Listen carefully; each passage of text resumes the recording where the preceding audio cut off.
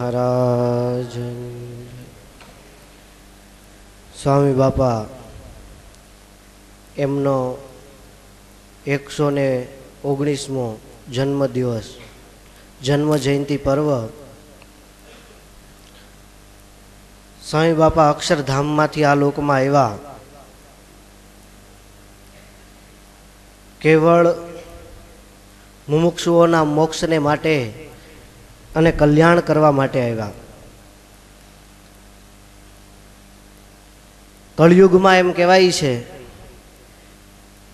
के भगवान अने सत्पुरुषो मुमुक्षुओ ने गोते छे, ज्यारे बीजा युग में मुमुक्षुओ छे ई भगवान ने मेळववा माटे बहु बहु मेहनत करे, तपस्याओ करे तोय मळे के ना मळे।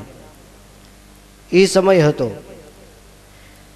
ज्यारे आ समय में भगवान अने सत्पुरुषो मुमुक्षु ने गोते छे के छे कोई भगवान ने मेळववानी ईच्छा वाळो एम।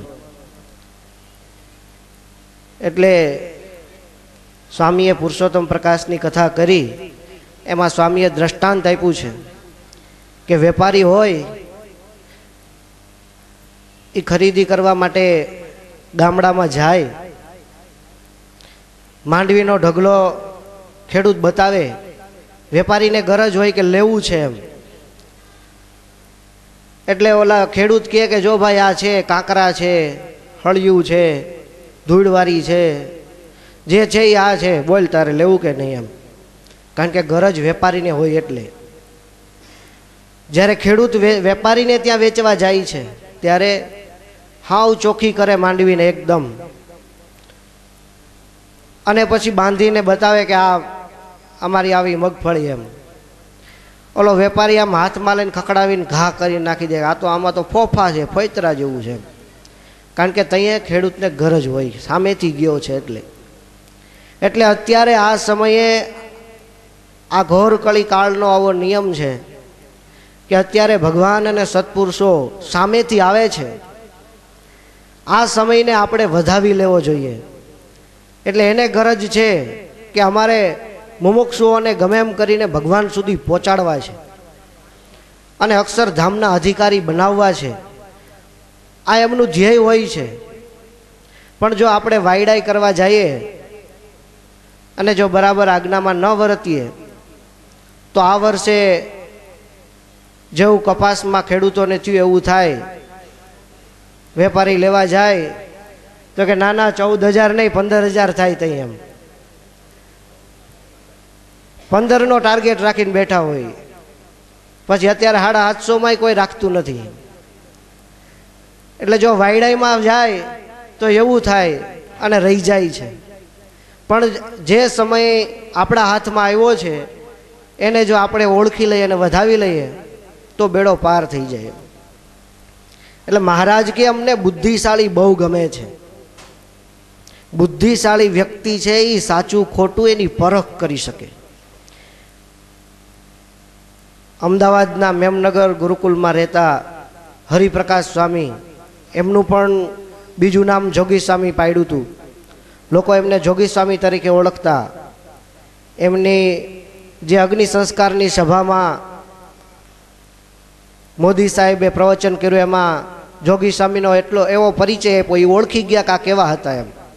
ए के पहली ज वार राजकोट में एमने मळ्यो, आशीर्वाद लेवा गयो त्यारे हूँ एमनुं व्यक्तित्व केवुं छे एना विશે कांई कही ज नथी शकतो। बीजा घणा लोकोथी हूँ प्रभावित थयो, कोईना प्रवचनोथी, कोईनी जाहो जलालीथी के कोईनी पर्सनालिटीथी प्रभावित थयो। पण आमनुं तो एवुं व्यक्तित्व ज नहोतुं। एटले के व्यक्तित्वहीन नहीं पण एमणे पोते पोतानुं सर्वस्व भगवानने अर्पण करी दीधुं हतुं। एटले ए आ जगतथी पर हता। एमनी कोई पर्सनालिटी नहीं, एवी कोई वाचाळता नहीं के माणसने प्रभावित करवानो प्रयास नहीं। एटले ए ओळखी गया कहेवाय के भले आमां कांई एवुं लागतुं नथी, पर्सनालिटी नथी, एवी जाहो जलाली नथी के एवुं कांई नथी, छतांय पण खरेखर तो आज साचा कहेवाय छे। बीजा उपर प्रभाव पाडवानो प्रयास करे एवा बधा समर्थ होता नथी। एम जे जगतथी पर होय एनी ज आवी व्यक्तित्वता होय छे। આપણી આ ગુણાતીત પરંપરા એવી જ ચાલી આવી છે કે એવું બધું ભણતર નહીં, એવી બધી કોઈ વાચાળતા કે માણસને આંટિયું વાત કરીને પાડી દેવો અને પ્રભાવિત કરી દેવા, આવું એવું કાંઈ ન હોય એમ. પણ હાવ સીધું સાદું અને સરળ આવું વ્યક્તિત્વ હોય એને વિશે જ મોક્ષ કરવાની સામર્થ્ય અને શક્તિ હોય છે. ગુણાતીતાનંદ સ્વામી એમણે વિશે મહારાજે કીધું કે આ તો અમારે રહેવાનું અક્ષરધામ છે. ગુણાતીતાનંદ સ્વામી એ સ્વામિનારાયણ ભગવાનના સર્વપ્રથમ સંત હતા. સ્વામી ધામમાં ગયા પછી સંપ્રદાયમાં થોડોક વિખવાદ હતો અને બાલમુકુદાસ સ્વામી એમને લોકો ગમે એમ કરીને આંટીમાં લેવા માગતા હતા વિરોધવાળા. એટલે એમને પ્રવચન કરવા બેસાડ્યા કે પ્રવચનમાં તો કંઈક બોલશે ને, જો કંઈક બોલે તો એક મુદ્દો મળી જાય ને એના ઉપરથી આપણે વિખવાદ કરવો છે. પણ બાલમુકુદાસ સ્વામીએ 2 કલાક સુધી સભામાં વાતો કરી અને એક શબ્દ કોઈને પકડવા દીધો નહીં, એવી વાતો કરી. ત્યારે જે એમના ખિલાફ હતા એ બધાય પણ બોલ્યા કે, અને આચાર્ય મહારાજ પણ એમ બોલ્યા કે અમે એમ માનતા હતા ગુણાતીત વયા ગયા, પણ ગુણાતીત તો આનામાં બેઠા છે. અને બાલમુકુદાસ સ્વામી ધામમાં ગયા પછી એમનો ખાંચો એટલે કે એમની જગ્યા નાનદાસ સ્વામીએ સંપૂર્ણપણે નિભાવી. અને નાનદાસ સ્વામી ધામમાં ગયા પછી જે નાનદાસ સ્વામી આપણા સ્વામી બાપાને જોગી ઉપનામ આપ્યું કે આ જોગી મૈંડા છે, એમ મૈંડારીઓ મોક્ષનો ખપ હોય તો એમ. એ નાનદાસ સ્વામીએ પોતાનો વારસો, પોતાની સામર્થ્ય શક્તિઓ અને સત્સંગના વારસદાસ સ્વામી બાપાને સ્થાપન કર્યા. અને એ સ્વામી બાપા જે આખો પ્રવાહ સ્વામિનારાયણ ભગવાનનો એ પ્રવાહ ઉત્તરોત્તર આવી રીતે ચાલ્યો આવ્યો. અને એવી જ રીતે અત્યારે પણ આપણી આ સત્સંગ સભામાં આપણા સત્સંગ સમાજમાં સ્વામી બાપા વાણી રૂપે સાક્ષાત સવિતા રૂપે પ્રગટ છે.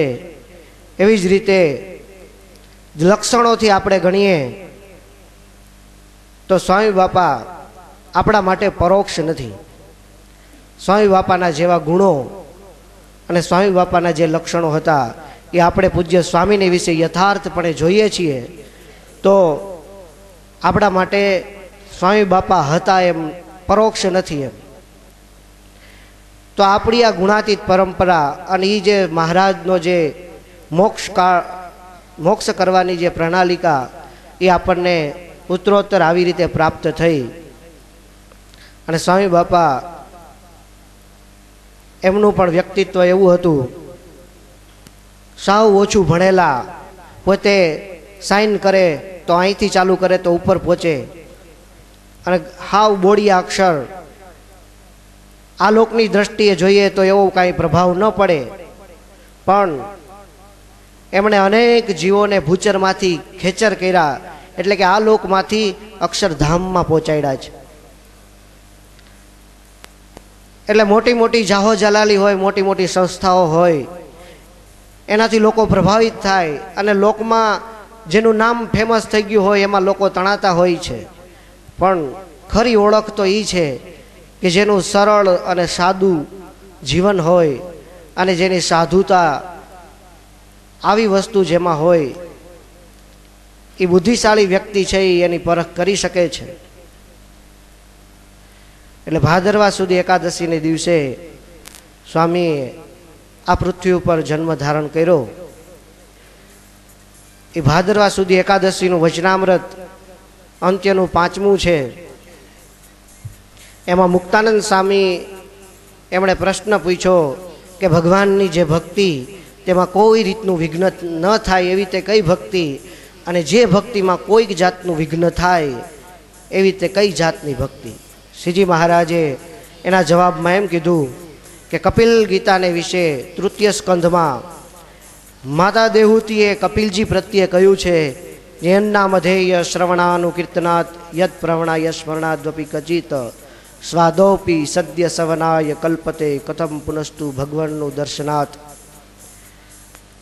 અને પછી કપિલજીએ પોતાનું મહાત્મ્ય કીધું માતા દેહૂતીને કે મદ ભયાતી વાતોયમ સૂર્યસ્પતિ મદ ભયાત વર્ષતિન્દ્રો દ્રહ્યત અગ્નિ મૃત્યુશ્ચરતી મદ ભયાત.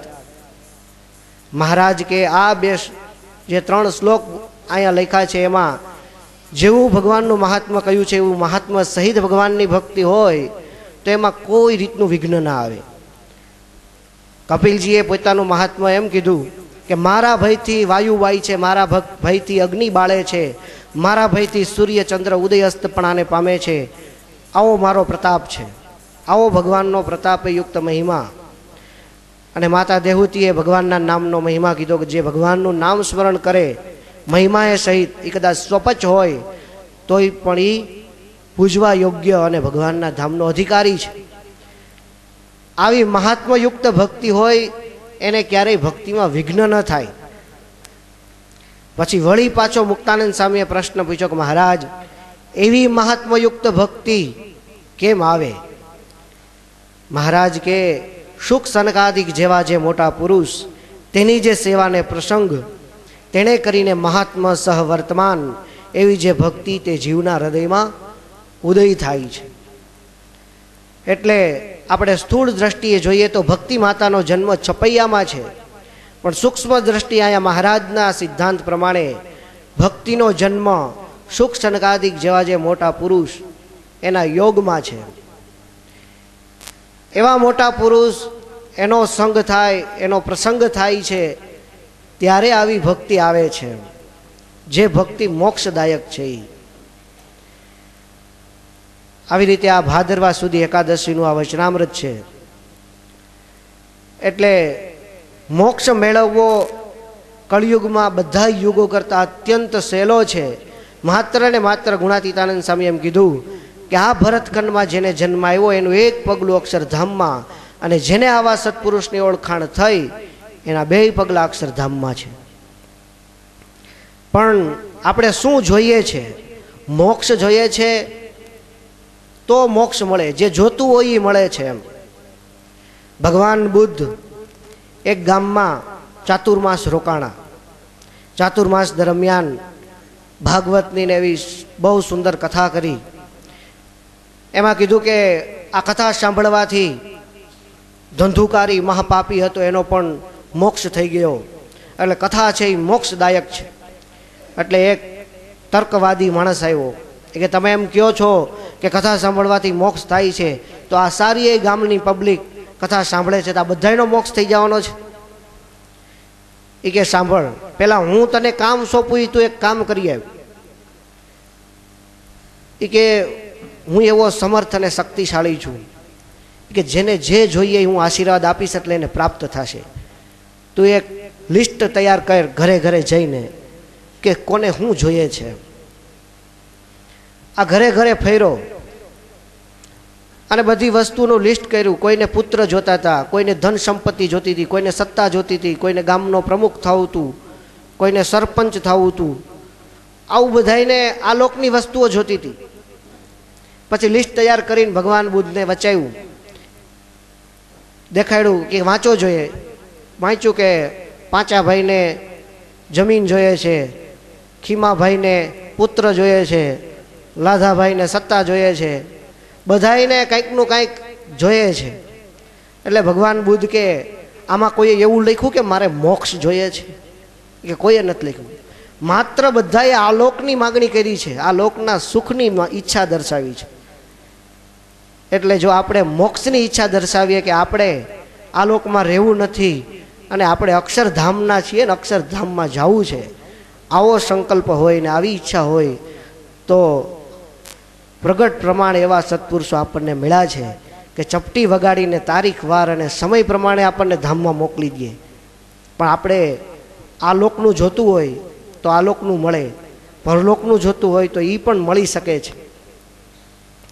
એટલે સ્વામી બાપા એમણે માસિક સત્સંગ સભાની સ્થાપના કરી. તો એ સત્સંગ સભામાં બહુ ઓછી હાજરી હોય. જ્યારે સ્વામી બાપાનો ઉપયોગ ઘણા બધાએ કર્યો છે.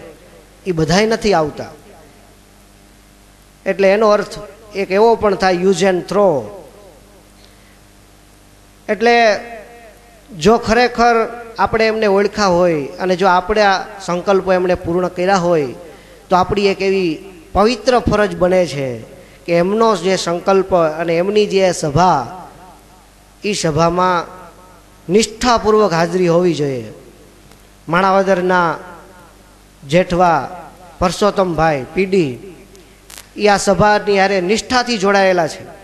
અત્યારે બીમાર છે પણ પોતાની જિંદગીમાં એમ જ્યારથી સમજના થયા ત્યારથી સભાઓ ચૂક્યા નથી. એમણે માત્ર સ્વામીનો ઉપયોગ નથી કર્યો, આજ્ઞાઓ પણ પાળી છે. એટલે આજ્ઞા અને ઉપાસના એ બે પાંખો છે. જો આજ્ઞા પાળતા હોય તો જ આપણી સાચી ઉપાસના ગણાય છે. એટલે આજ્ઞા પાળ્યા વગર એ તો એવા છે કલ્યાણ કરે, મોક્ષ કરે, પણ આપણે આપણી ફરજ એમના પ્રત્યેની શું છે એ આપણે બરોબર પાળીએ તો એ યથાર્થ પાળ્યું કહેવાય છે. એટલે સ્વામી બાપાનો આજે 119મો જન્મદિવસ, જન્મ જયંતિ પર્વ, એમાં આપણે કેવી પ્રાર્થનાઓ કરીએ છીએ ભગવાનને. ભગવાન પાસે આવીને બધા માગણી કરતા હોય કે ભગવાન મારી આ ઈચ્છા પૂરી કરો, સ્વામી મારી ઈચ્છા પૂરી કરો. કોઈએ કોઈ દિવસ એવી પ્રાર્થના ન કરી હોય કે સ્વામી મને ભગવાને ઘણું દીધું, ખાધે પીધે બહુ સુખી, ફાટેલ લુગડાય પહેરવા પડતા નથી, એવું આ જમાનામાં છે. એમ પહેલાં તો થીગડાવાળા લુગડા પહેરતા, આટલું સુખ છે. તો હવે જેને ન હોય, ખાવા ન મળતું હોય, પહેરવા ન મળતું હોય, એને ભગવાન આપે. આવી પ્રાર્થના કોઈ પરોપકારના ભાવથી કરતું નહીં હોય એમ. એટલે આપણી પ્રાર્થનાઓ મોક્ષ માટેની પણ હોવી જોઈએ. એટલે સ્વામી બાપા અને સ્વામી આ લોકમાં સામેથી આવ્યા છે મોક્ષ કરવા માટે, અનંત જીવને 8 આવરણ પાર અક્ષરધામમાં પુગાડવા છે. એ ગરજ કરીને આવ્યા છે. તો આપણે થોડુંક કરશું તો એ જાજુ માની લેશે અને આપણને બહુ મોટું એનું ફળ આપી દેશે. પરણવા જતા હોય એ સામેથી જાય છે, તલવાર લઈને ઘોડે બેહીને સામેથી જતા હોય એટલે એનો હાથ હેઠો હોય છે. સ્વામી એમ કહે કે બથમાં ઘાલીએ ગાડામાં નાખીને દુઃખને ઘરે લઈ આવ્યા, એમ સ્વામી બાપા કહે. એટલે આપણો એની પાસે હાથ એમ નીચો કહેવાય છે. એમ મોક્ષ કરવા એ આવ્યા હોય તો આપણે ફૂલ નહીં તો ફૂલની પાંખડી જેટલી પણ જો આપણે એના પ્રત્યે ભક્તિ ભાવના દાખવીએ તોય પણ એ ઘણું બધું માની લઈએ. ઓલો ભવ સંભવનો શ્લોક છે કે પાપ એના પર્વત જેવડા હોય અને રાઈ જેવડો એક ગુણ હોય તો એ પાપને બાળી અને રાઈ જેવડો એનો ગુણ એને બહુ મોટો માની અને એનો મોક્ષ કરી દે છે. આવો સમય આપણા હાથમાં આવ્યો છે અને એ સ્વામી બાપાએ આપણને આ સમાજ પ્રાપ્ત કરાવ્યો છે. સહજાનંદ સ્વામી મહારાજ.